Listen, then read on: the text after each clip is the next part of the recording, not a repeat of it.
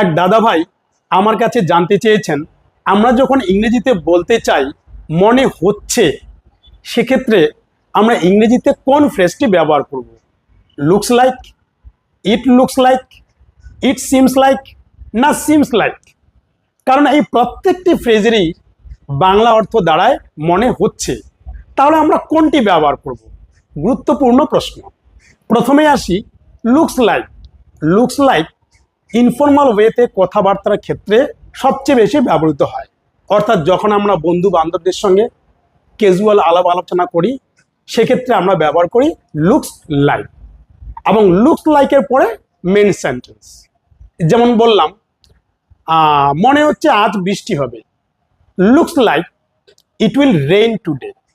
অথবা আমরা বলতে পারি looks like it's going to rain today. এবারে আসি ইট লুকস লাইক।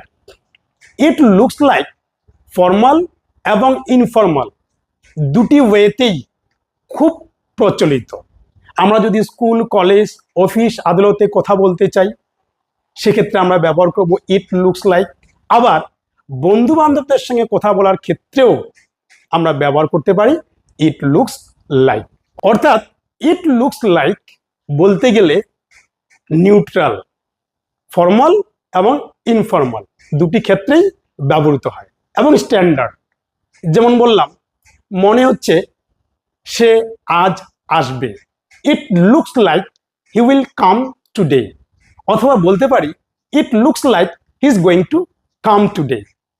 এবারে আসি ইট সিমস লাইক।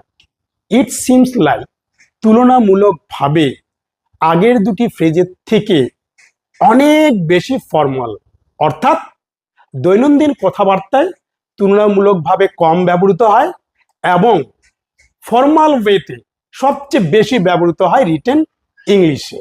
যেমন বললাম, মনে হচ্ছে তারা আজ আসবে না, it seems like they won't come today. It seems like they won't come today. এবারে আসি সিমস লাইক। সিমস লাইক খুব কম প্রচলিত তুলনামূলকভাবে, কেবলমাত্র ক্যাজুয়াল আলাপ আলোচনায় ব্যবহৃত হয়। যেমন মনে হচ্ছে আজ বৃষ্টি হবে, seems like it's going to rain today. অথবা বলতে পারি seems like it will rain today. এবার প্রশ্ন হলো, চারটি ফ্রেজেরই বাংলা অর্থ যদি হয় মনে হচ্ছে, তাহলে এই চারটি ফ্রেজের মধ্যে আমরা কোনটি ব্যবহার করব? তো আমি যেটা বলবো, যেহেতু ইট লুকস লাইক আমরা ফর্মাল এবং ইনফর্মাল দুটি ওয়েতেই ব্যবহার করতে পারি। অর্থাৎ আমরা যদি বন্ধু বান্ধবদের সঙ্গে কথা বলতে চাই, তবু আমরা ইট লুকস লাইক ব্যবহার করতে পারবো। আবার আমরা যদি অফিস, আদালতে, স্কুল, কলেজে কথা বলতে চাই, সেক্ষেত্রেও কিন্তু আমরা ইট লুকস লাইক ব্যবহার করতে পারবো।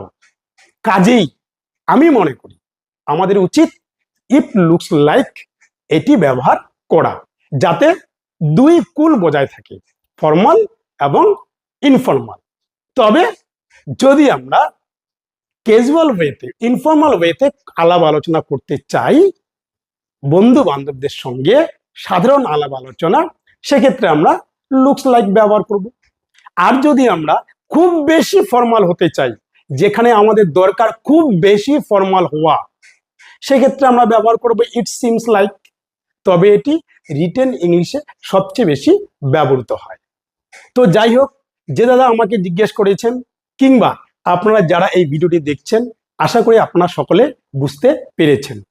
আর ভিডিওটি যদি কাজে লেগে থাকে বা ভালো লেগে থাকে, অবশ্যই লাইক, কমেন্ট এবং শেয়ার করে বেশি বেশি মানুষকে দেখার সুযোগ করে দেবেন। Bye bye.